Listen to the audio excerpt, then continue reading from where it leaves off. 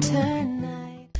Good afternoon. If you remember, when we came across the problem with a leading coefficient other than 1, we talked about having two different methods that we could use to factor those trinomials. One was guess and check, and the second was split the middle, or also known as factor by grouping. Now, the split the middle you're not going to really understand till the second part of this video. The first part of the video really focuses on what we mean by factor by grouping. Let's take a look at some examples. Factor by grouping asks you to kind of group your expression into two parts, and in those two parts you will factor out a GCF. Let's take a look at number 2 first. What I want to do is I want to take a look at these first two terms and I want to pull out a GCF. So think about what is the GCF of those two terms. The GCF of those two terms is 3p squared. Once I factor that out, what am I left with? 4p minus 7. Then I'm going to do the same thing with the second set of terms. So 28p minus 49. What is the GCF of those two terms? It is 7. When I factor that out, what am I left with? 4p minus 7. Or I'm looking to get a binomial that in fact is going to be like a twin to the other binomial. And then I can break that further out because that's technically a GCF of those two terms. So when I do that, I'm left with 3p squared plus 7, and then my second factor of 4p minus 7. Now keep in mind, basically what I did is I had like 3p squared times something plus 7 times that thing, right?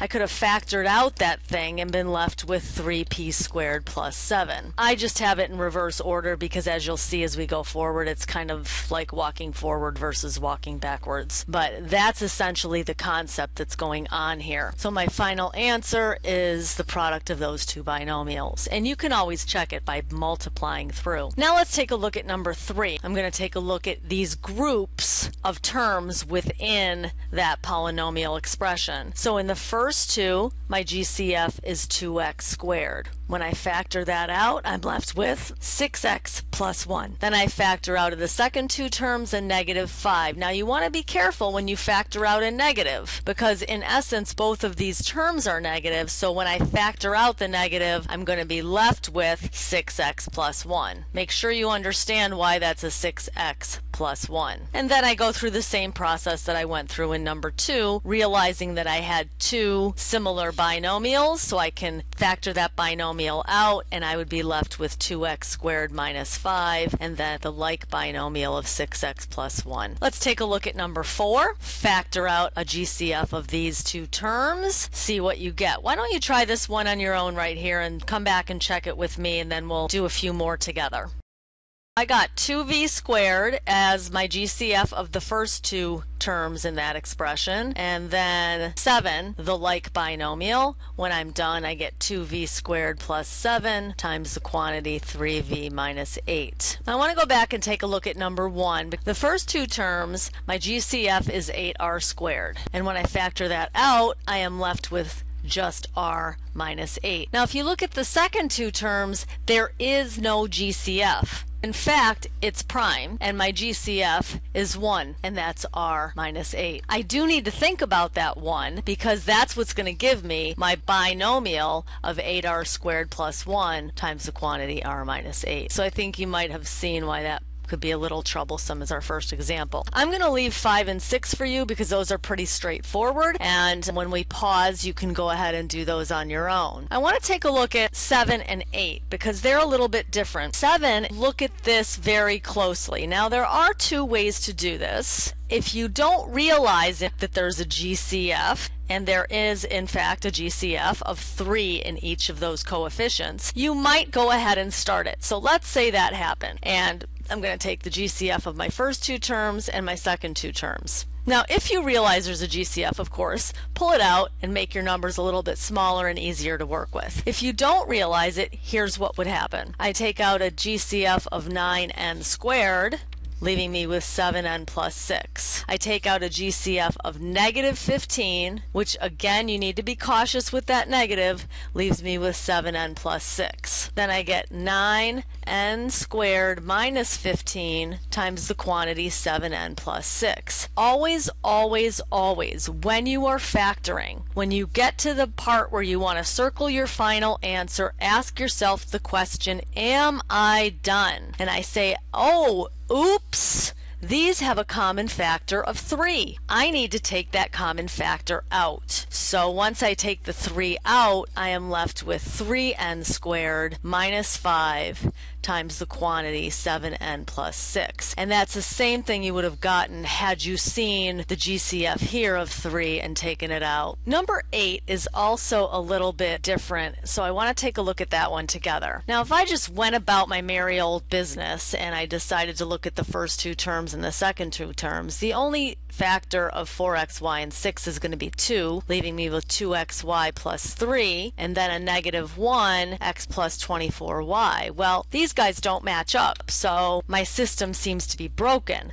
However, if we take a look back at the original expression, I can try reordering it, and if I can try reordering it, I must try reordering it. And so I'm going to take a look at possibly moving this forward to see if I can take out a common factor there and have it work. Let's move the negative 24y, then plus 6 minus x. Now I'm going to take out a 4y, leaving me with x minus 6, and unfortunately I have a 6 minus x. These are not twins. They are not common factors. However, there's a technique we're also going to use when we simplify algebraic fractions, and that's going to be similar to this. When I have these very close cousins that I need one to be reversed, there's something I can factor out and switch the order. Can you think of what that might be? A negative 1, not a positive 1. And by factoring out a negative 1, it's going to allow me to switch the order of these terms. Now make sure you understand that. If I factor out a negative 1, it's now going to be x minus 6. Why? Because if I multiply that through, I would get negative x plus 6, which in fact is what I started with. Now I do have twins, and so I'm left with 4y minus 1 times the quantity x minus 6. Okay, so those two were a little bit tricky, but hopefully you followed the logic there. Why don't you pick several of those to work on before we continue? You can come back and check your answers with me. So I have the answers here to 5 through 14. You need not have done all of those, but I do want you to have a good understanding of this before we move on. So if there's anything there you don't understand, please pause here, take a look at the work, and see if you can figure it out. I'll roll down a little bit here for those of you that did try 13 and 14. Now we're going to move on to actually seeing what it means to split the middle. Now we're going to actually have to split the middle term ourselves. The middle term is not split for us, and the way to do that, we have to be careful about everything that's contained in this expression. When we looked at trinomials with a leading coefficient of 1, we said the constant was our product and the coefficient of our middle term was our sum or difference. It's similar to this. The only thing is our coefficient of our leading term is not 1. We have to take this number into account also. The way we do that is we actually multiply that leading coefficient by our last term to give us the product. This gives us the product that we need. So I need a product of 30, it's actually negative 30, with a difference of 7. I need two factors of 30, one positive, one negative, that's going to give me 7. Well, if you think about that, it's going to be negative 10 and 3. What do I do with that negative 10 and 3? I split my middle terms into coefficients of negative 10x and 3x. So it's going to look like this. 2x squared minus 10x plus 3x minus 15. I have not changed the value of that expression at all. I've just manipulated it to my advantage.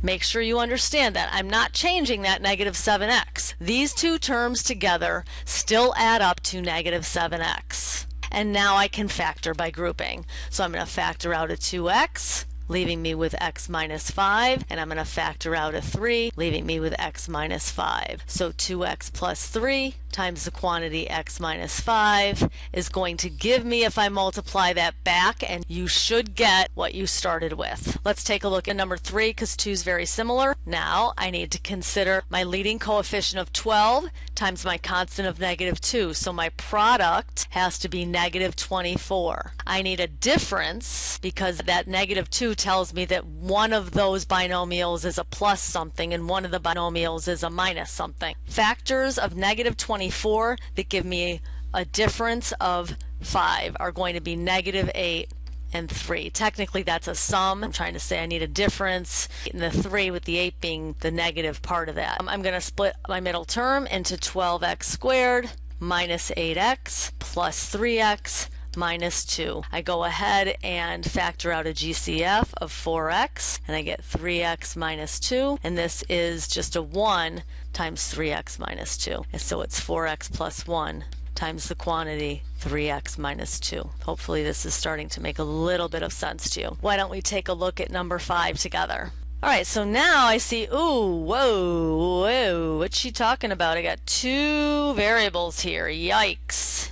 Doesn't matter. We follow the same process. Okay, so I take my leading coefficient of 5 and my negative 2. That means I need a product of negative 10, and when I add those two opposite factors together, I would get a positive 3. But technically I need a difference of 3. It's a 5 and a negative 2. Okay, now I'm just going to break it out just like we have before, not getting panicked about the 2 variables. So I have 5m squared plus 5mn minus 2mn minus 2n squared. Then I go ahead and I factor out a GCF of 5m, leaving me with m plus n. I factor out a 2n as my GCF, leaving me with m plus n. And there we have it. It's 5m minus 2n times the quantity m plus n. If you multiply those binomials together, you should end up with what you have in number 5 to start with. Okay? So I'm going to pause here and let you guys work out the rest of these on this page on your own. Don't worry about the next page. We will take care of those practice problems in class, but do work very diligently on those other ones and make sure you check your work with mine. Go ahead, pause here, and come back and see how you did. Alrighty, so it looks a little messy. You can pause the video here so you can really check your work. I would make sure that you be careful of the signs, be careful that you factored completely, although I don't think that was an issue really for this page. Hopefully you did well. Have a great night, everybody. Nice work tonight.